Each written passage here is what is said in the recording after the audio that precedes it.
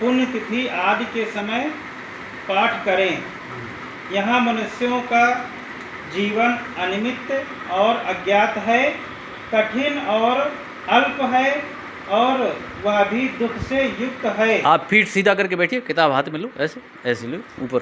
ऐसा कोई उपक्रम नहीं है जिससे कि पैदा हुए लोग न मरे। बुढ़ापा प्राप्त करके भी मरना होता है। जीव प्राणियों का ऐसा ही स्वभाव है।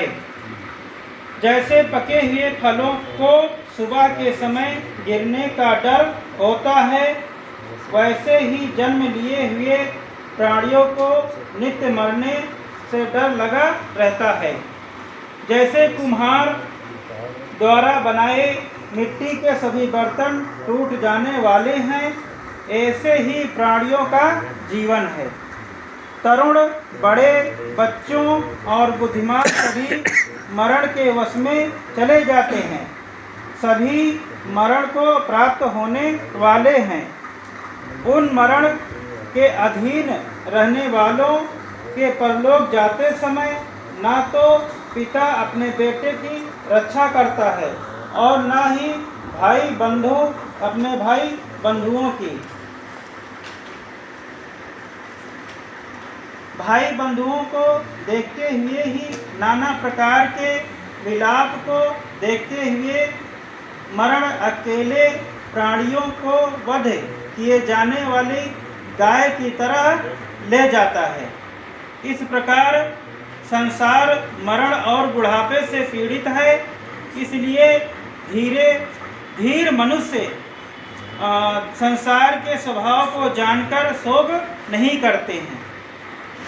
जिसके आने और जाने के मार्ग को नहीं जानते हो, दोनों अंतों को न देखते हुए तुम व्यर्थ में विलाप कर रहे हो।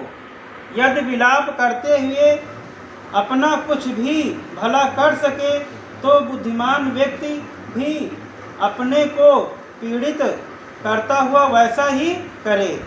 किंतु रोने और शोक करने से चित्त को शांति नहीं प्राप्त होती, बल्कि अधिक दुख ही उत्पन्न होता है और शरीर पीड़ित होता है। अपने आप को प्रताड़ित करते हुए व्यक्ति दुबला और कुरूप हो जाता है। उससे मरे हुए का पालन नहीं होता है, इसलिए विलाप करना निरर्थक है। जो व्यक्ति शोक में पड़ा रहता है वह बेहद दुखी होता है। वह मरे हुए व्यक्ति के लिए शोक करते हुए शोक के ही वश में पड़ जाता है। अपने कर्मानुसार अन्य मर जाने वाले मनुष्य को देखो और मरण के वश में पड़कर यहाँ छटपटाते हुए जीव प्राणियों को देखो।